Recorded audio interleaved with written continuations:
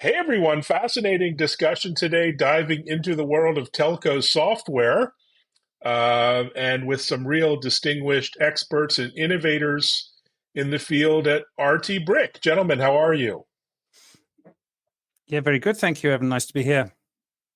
Well, good to Lovely. have you both here. You have really interesting mission, interesting backgrounds. Before that, maybe some personal introductions. We have Hannes from RT Brick, CTO. Hannes, how are you? Maybe share a little bit about your bio and background and journey to RT Brick.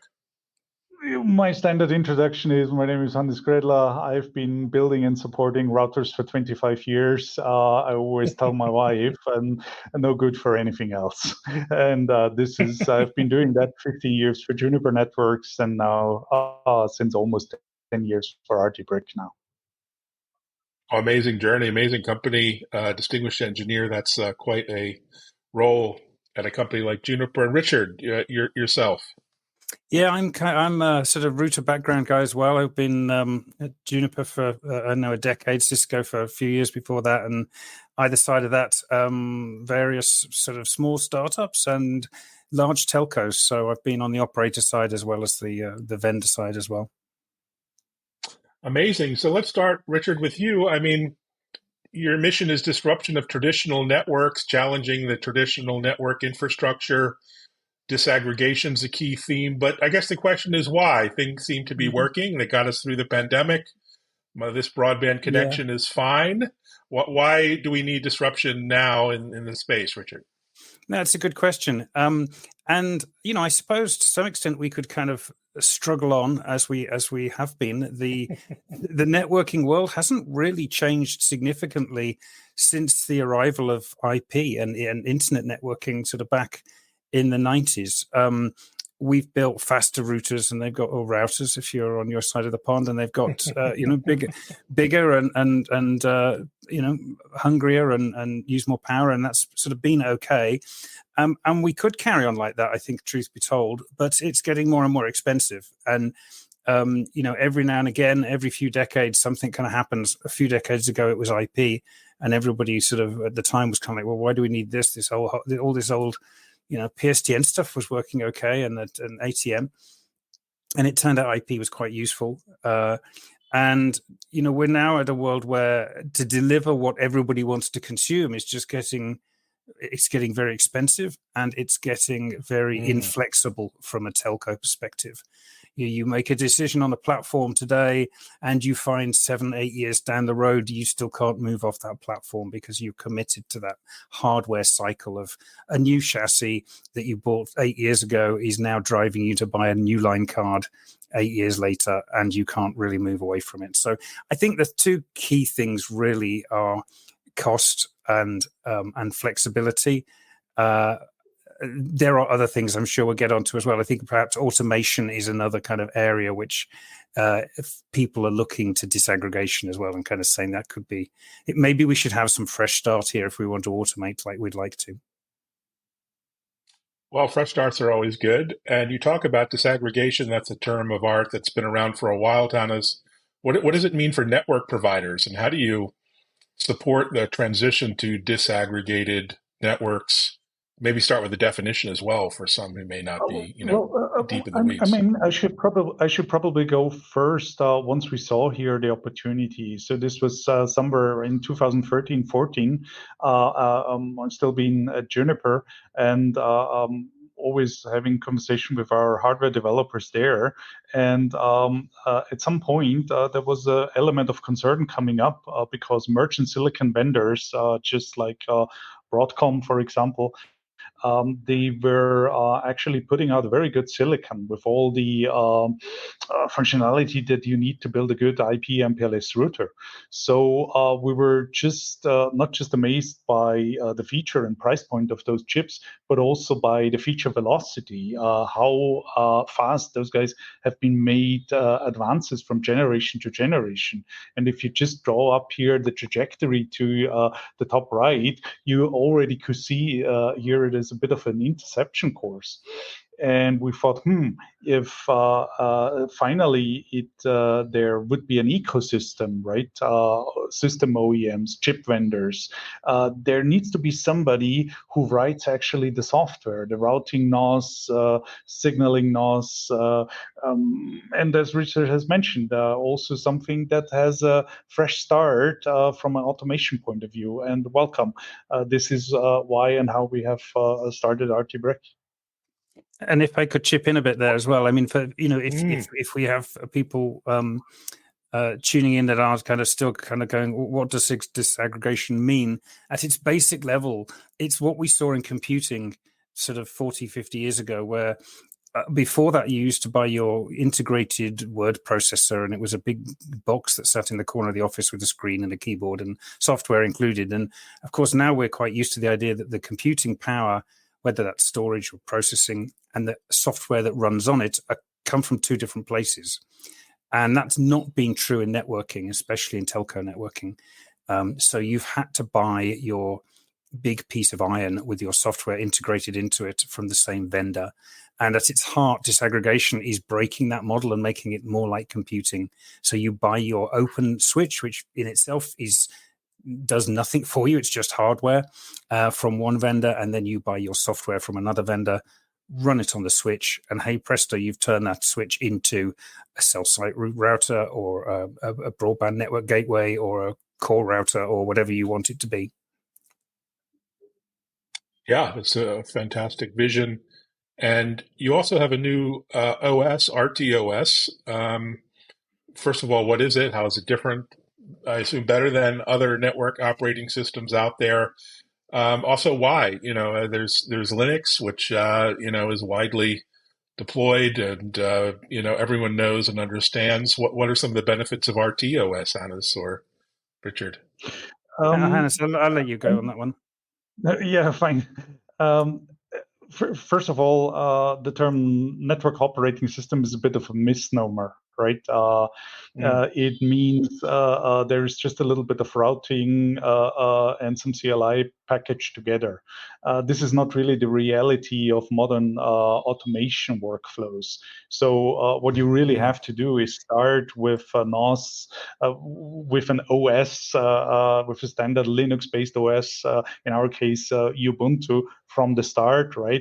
And build here several layers. So just as the data center guys run HTTP and MySQL on that Ubuntu base layer, we do run daemons, which are server side applications that run BGP and ISAS and subscriber termination and whatnot.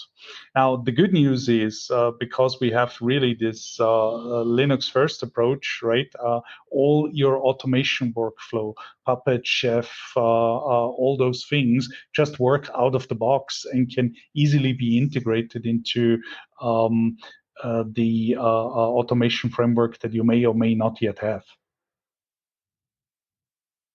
Got it. And I assume this is part of your involvement in the open networking movement, environment. I'm not sure what you call it. New standards in the industry. What's your take on open networking and your contribution there? One of the common themes that we actually get from customers is to say, look, I have my Linux environment. It's fantastic. I love it. I know how to patch it. If you want to do anything in addition to that, fine, good. But do not really gatekeep anything, right? Let me install my own software there. Let me install my own containers out there. Just get out of the way and do not really try to insert yourself or your product management team in order to get features and functionality done.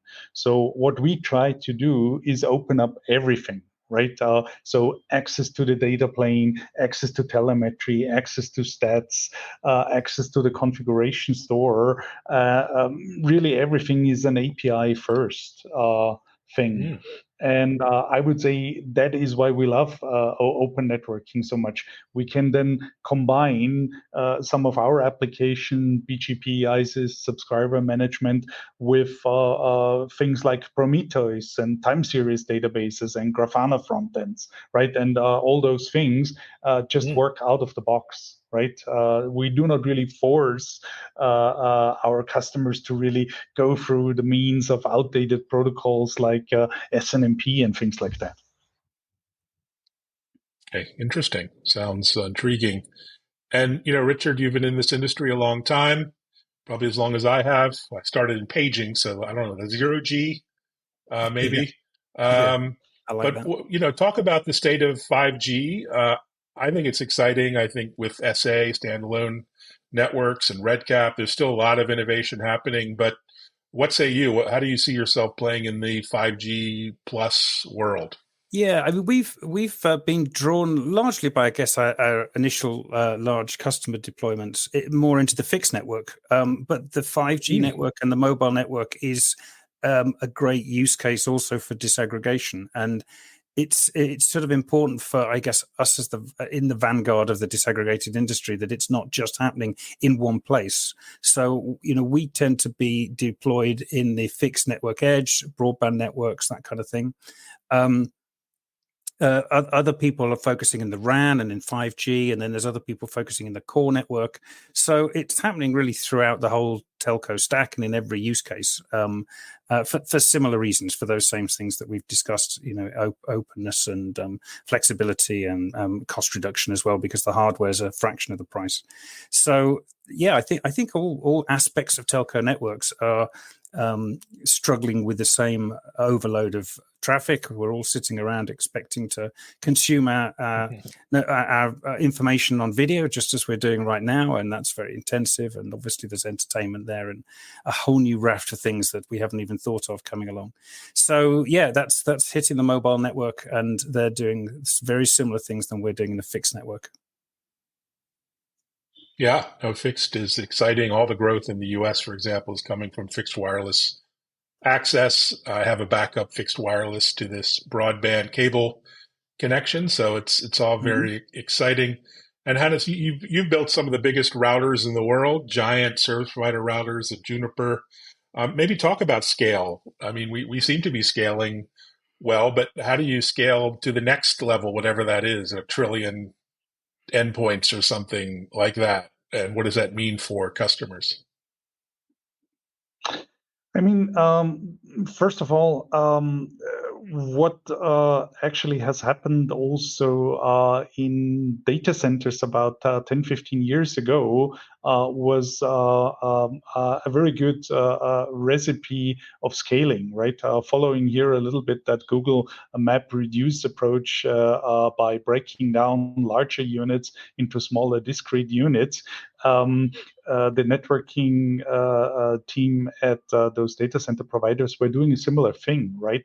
Rather than going with big monolithic chassis and hard to maintain superclusters, they went actually down with small two rack unit type of devices, right? But really massive interconnects and building essentially cloths, 2-3 stage cloth networks, and therefore really even scaling up normal commodity switches to 100, 200, now more than 700 terabit fabrics.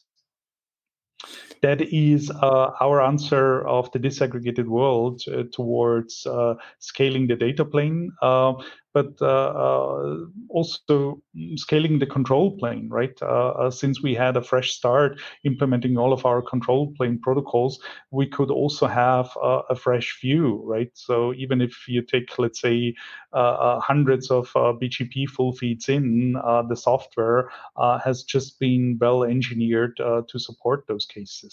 Sometimes redoing things, but redoing things at nice 64-bit processors, and where no memory constraints are in place, that you have to do all those optimizations, which renders the software after a decade almost unmaintainable.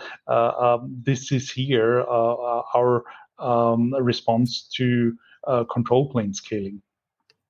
I think as well on scale, it's obviously you sort of focus on the initial kind of big challenge, which is how do you get greater scale? How do you get bigger and more and faster? But actually scaling down is really important. And that's something that disaggregation is particularly good at. So in telco world, there's a lot of interest in distributing compute and storage nearer the user for things like IoT. And generally, even if you're watching your Netflix show, whatever you're doing, you want to access that from as near as possible. So if you take all your traffic into the core of the network, into some huge data center, you're really burdening the network to get all of that traffic across it, when you could be perhaps feeding it from very close to the subscriber.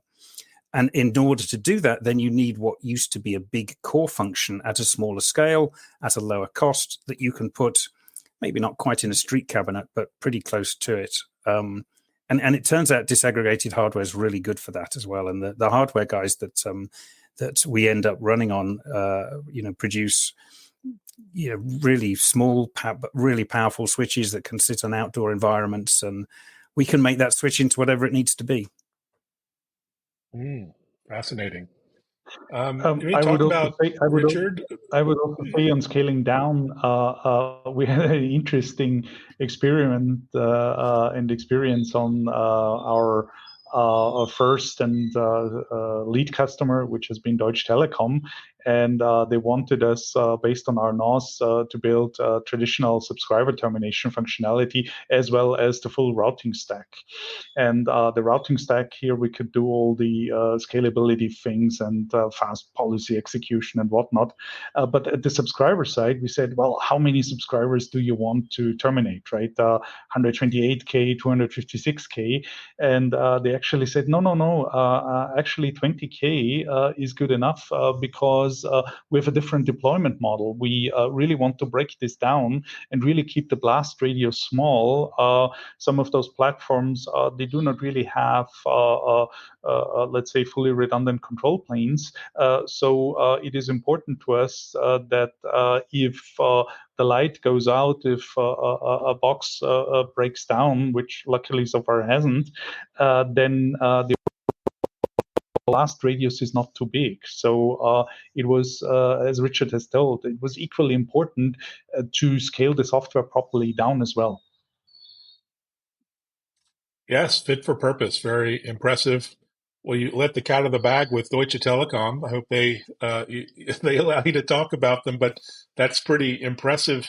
Maybe talk about your customers, where you are in rollout and adoption, and how does a customer get started with you? Can you just download the software and start testing?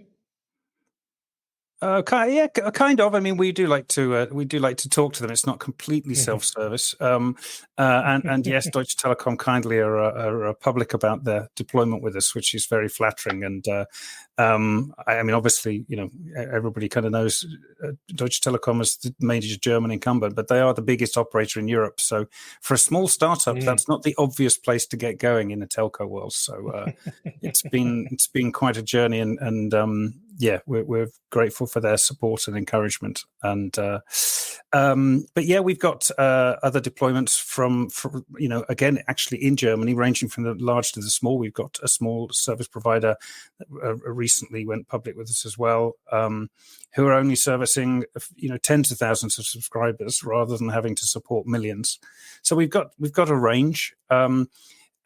Yes, people can come to us and download the software, and if they've got the appetite to put it in the network, we'll support them in doing that and do a trial.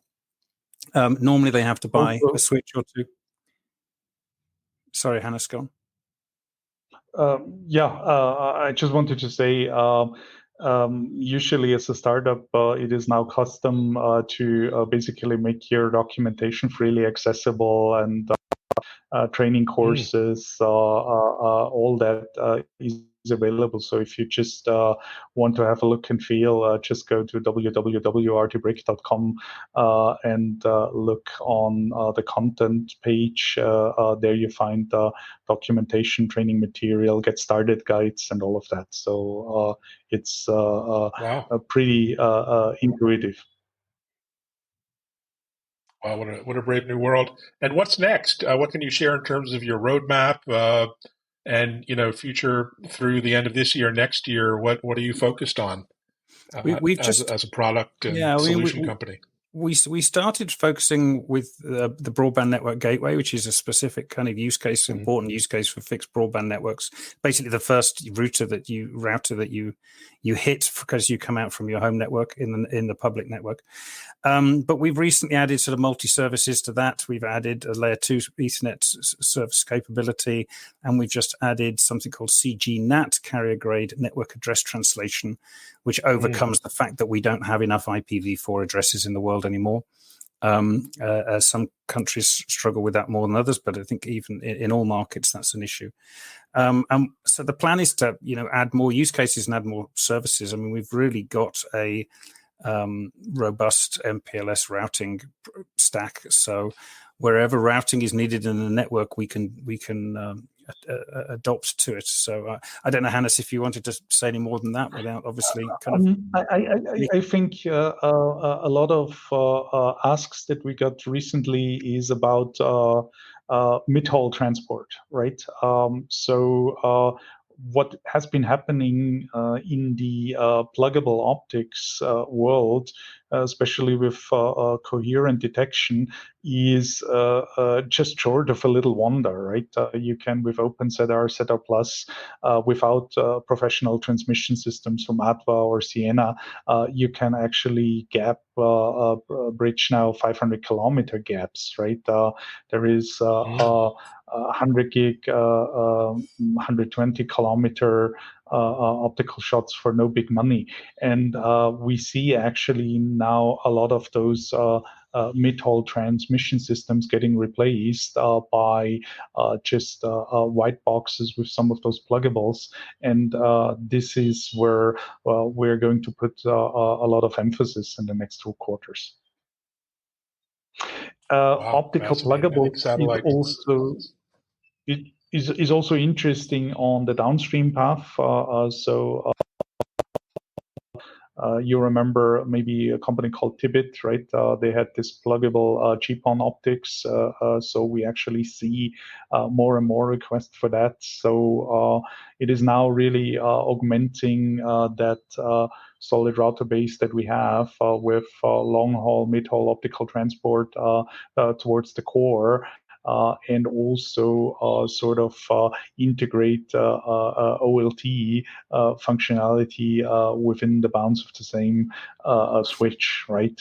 That is what we can clearly see. There's a lot of effort to integrate all those functions into one box. Oh, super impressive. Well, great time to be investing in the next generation network. What do you guys have on your agenda for the rest of the year? Any meetings or events? I know I'll be at Mobile World Congress in Las Vegas. It's a big one here in North America. What's on your radar? Yeah, we got a big one coming up as well here in Europe. We're at Network X in Paris, which used to be the Broadband World Forum. Now these days it's called Network X. It's a generic kind of telco tech show. That's second week in October. So yeah, we'll hope to meet a few of our customers and prospects there from all around the world. It's fairly international. So yeah, that'll be the next time they let us out of the door. And also Well, we they mix let you them out here. in. Thanks so much. And I'm sorry, Hannes, go actually, ahead. we actually also mix and mingle at national operator forums and RIPE and NANOC meetings, right? That's usually where you find us. Great. Well, maybe we'll have a chance to come face to face in person. Thanks so much, guys, for joining. Great work. Really interesting future with network disaggregation and beyond. And thanks for spending the time. Well, thanks for having us. Thanks for having us. All right. Thanks, everyone, for watching and listening. And reach out to RT Brick for more data and insight and information. Thanks so much.